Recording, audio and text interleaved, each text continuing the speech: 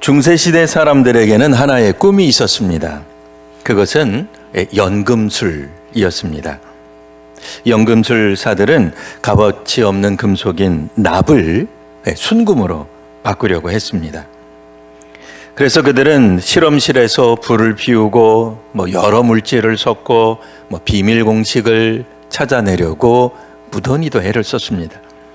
하지만 결국 납을 금으로 바꾸는 일은 이루어지지 않았습니다.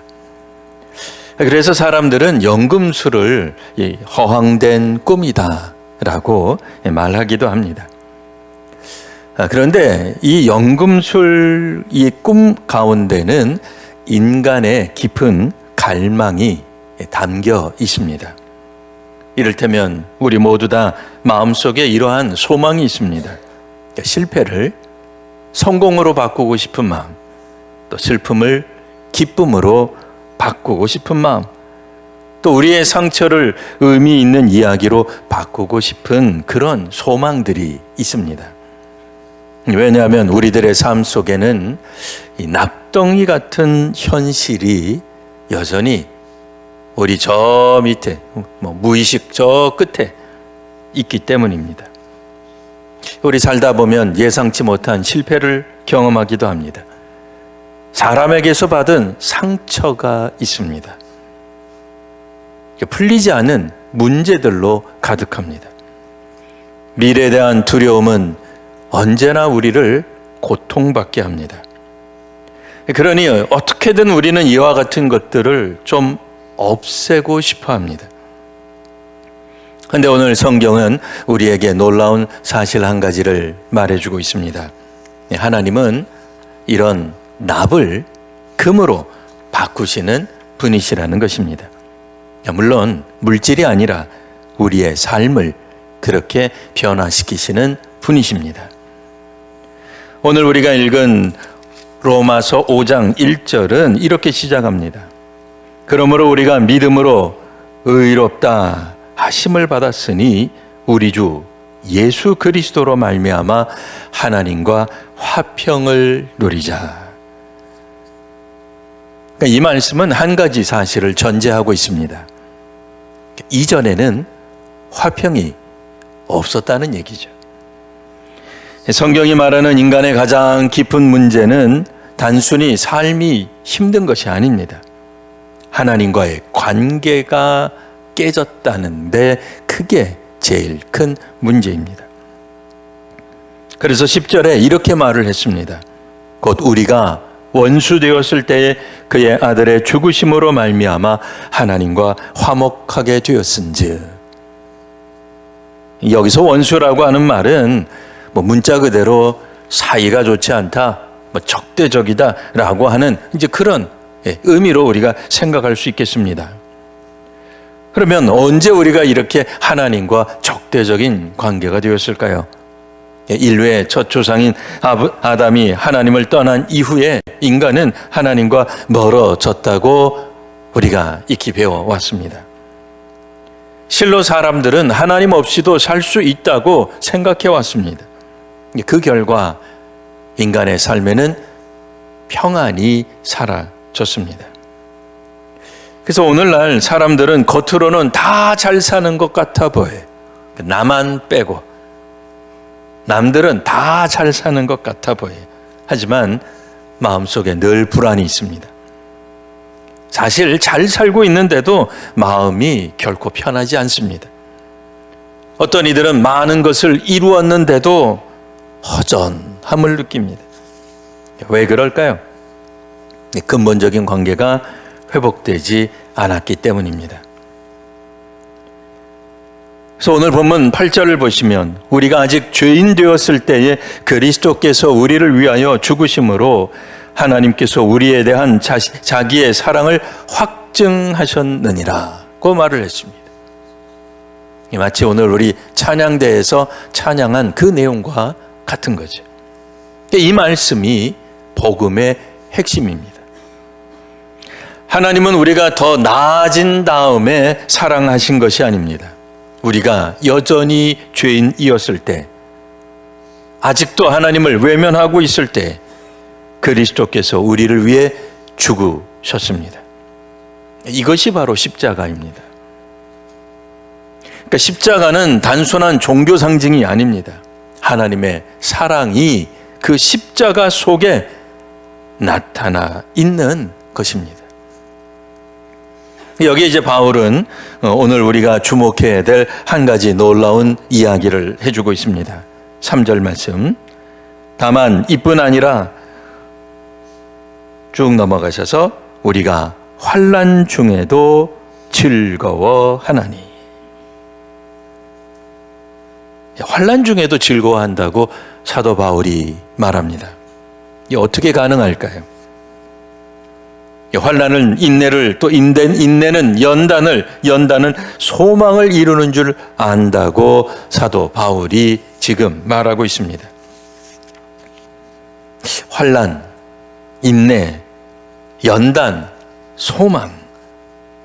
하나님은 고난을 통해, 환난을 통해 우리의 믿음을 빚어 가십니다.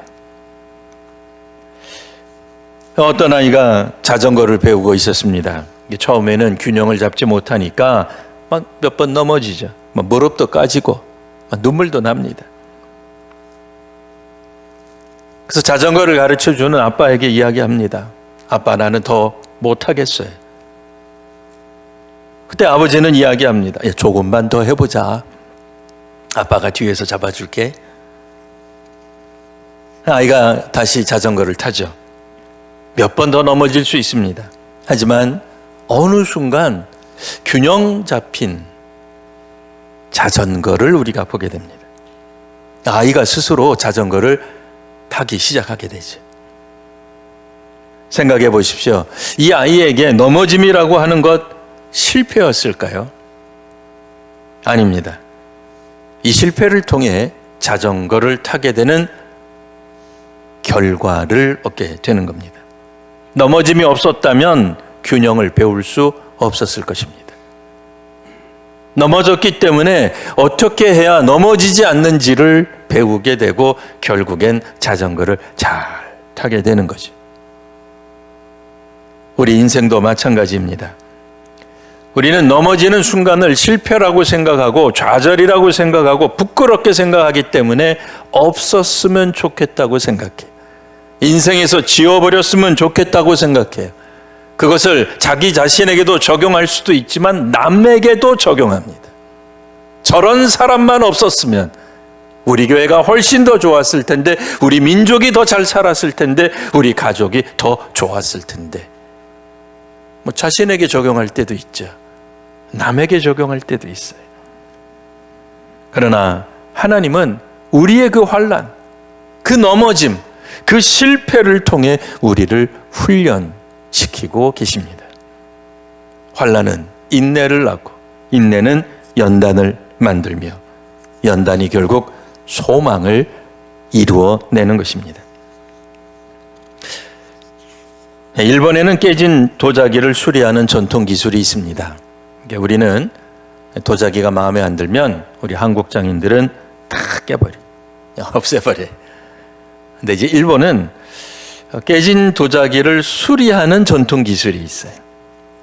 그냥 버리질 않고 깨진 자리에 금가루를 섞은 오칠로 이어붙입니다. 그러면 놀라운 일이 벌어져요. 깨진 흔적이 오히려 금빛 무늬가 됩니다. 그러니까 누구나 다 알게 되는 거죠. 아, 저거 깨졌었구나, 다 아는 거예요. 그런데 그 그릇은 이전보다 더 특별한 그릇으로 인정받습니다. 왜냐하면 그 그릇은 그 상처 때문에 더 아름다워졌다고 말하기 때문이에요. 우리는 종종 상처를 숨기려고 합니다. 깨진 부분을 부끄러워합니다. 하지만 하나님은 그 상처를 통해 더 깊은 은혜를 드러내시는 줄 믿으시기 바랍니다. 하나님은 우리의 상처를 금으로 이어 붙이십니다. 그래서 어떤 사람들의 인생 이야기, 간증 이야기 들어보면 눈물도 나지만 또한 동시에 감동도 있어요. 왜냐하면 그 상처 속에 자기 자랑, 자기의 어떤 그런 인생에 대한 어떤 그런 자부심, 그게 아니라 하나님의 은혜를 말하는 간증이기 때문에 그렇습니다. 오늘 본문 5절은 이렇게 말을 합니다. 소망이 우리를 부끄럽게 하지 않습니다. 세상의 희망은 종종 우리를 실망시키죠. 돈이 있으면 괜찮을 것 같죠? 근데 그렇지도 않습니다. 성공하면 다 행복할 것 같죠? 어떠세요? 근데 꼭 그렇지도 않아요. 하지만 하나님이 주시는 소망은 분명히 다릅니다. 왜냐하면 그 소망의 근거가 다름 아닌 하나님의 사랑이기 때문입니다. 그리고 이 사랑은 십자가에서 증명되었습니다. 그래서 우리는 환난 가운데 있으면서도 다음과 같이 말하는 것입니다. 하나님이 지금도 일하고 계십니다. 사순절에 우리는 다음과 같은 질문을 받을 수 있습니다. 혹 성도 여러분 삶 속에 여전히 납덩어리가 있으십니까? 이 풀리지 않는 문제, 마음의 상처에 걱정과 두려움이 있습니다. 그저 우리는 그것만 없어지면 다 괜찮을 것 같다고 생각합니다.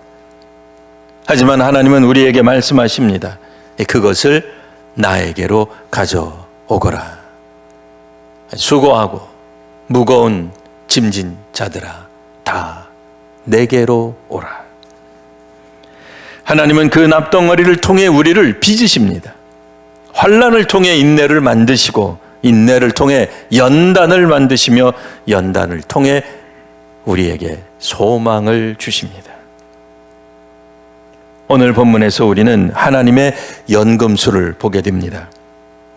하나님은 죄인을 의인으로 바꾸시고 원수를 자녀로 바꾸시고 환난을 소망으로 바꾸시는 주님이십니다. 그리고 그 중심에는 다름 아닌 십자가가 있습니다. 우리가 죄인 되었을 때 그리스도께서 우리를 위해 죽으셨습니다. 주께서 사랑하는 성도 여러분, 이것을 믿으십니까? 그 사랑이 십자가를 통해 우리 마음에 부어졌습니다. 그러므로 사순절 이 시간 우리의 삶의 납덩어리를 하나님께 가져가시기를 바랍니다. 그리고 하나님 앞에서 이렇게 고백하시기를 바랍니다. 주님, 이 환난 속에서도 나는 주님을 신뢰합니다. 이 과정을 통해 나를 빚으시고 우리 가정을 빚으시고 우리 교회와 사회를 빚으실 줄 믿습니다. 그리고 하나님이 마침내 하늘의 소망에 이르게 하실 줄 믿습니다. 이 믿음 위에 우리의 삶 속에서 하나님의 나타나는 이 놀라운 연금술을 다시 한번 고백하며 고난을 소망으로 바꾸시는 은혜가 풍성하게 나타나는 우리 귀한 성도와 또 그 자녀로 가득한 가정 되시기를 기원합니다.